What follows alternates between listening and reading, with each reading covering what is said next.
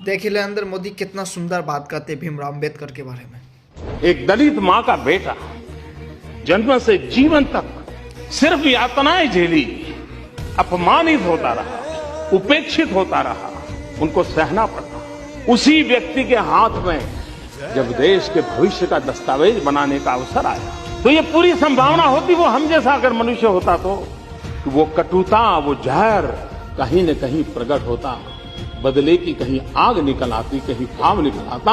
लेकिन ये बाबा साहब आंबेडकर की ऊंचाई थी कि जीवन भर जेला, संविधान में कहीं पर वो बदले का भाव नहीं। ये उस महानता, उस व्यक्तित्व की ऊंचाई है जिसके कारण ये संभव होता है। वरना हम सब जानते हैं, हम मनुष्य हैं, हमको मालूम है एक शब्द भी ऐसा चुप जाता है, निकलता नहीं।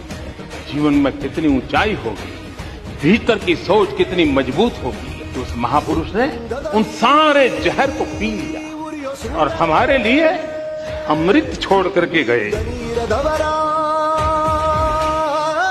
मोदी जी का ये भाषण सुनिए। मोदी जी, आप ही के कुछ ऐसे क्या बोले, हम औलादे हैं, कहाँ कहाँ से नहीं आए इंडिया में, खुद उनको पता नहीं है, और ये बोलते हैं कि हम भीमराव अंबेडकर को, बाबा साहब को नहीं मानते हैं।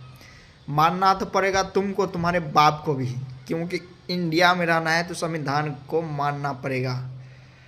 नहीं मानोगे इंडिया से बाहर चले जाओ, पाकिस्तान, अफगानिस्तान, लंदन, अमेरिका, कहीं भी चले जाओ, कोई भी हो, अगर इंडिया में रहोगे तो संविधान को मानना पड़ेगा। तुम क्या, तुम्हारा बाप को भी मानना पड़ेगा।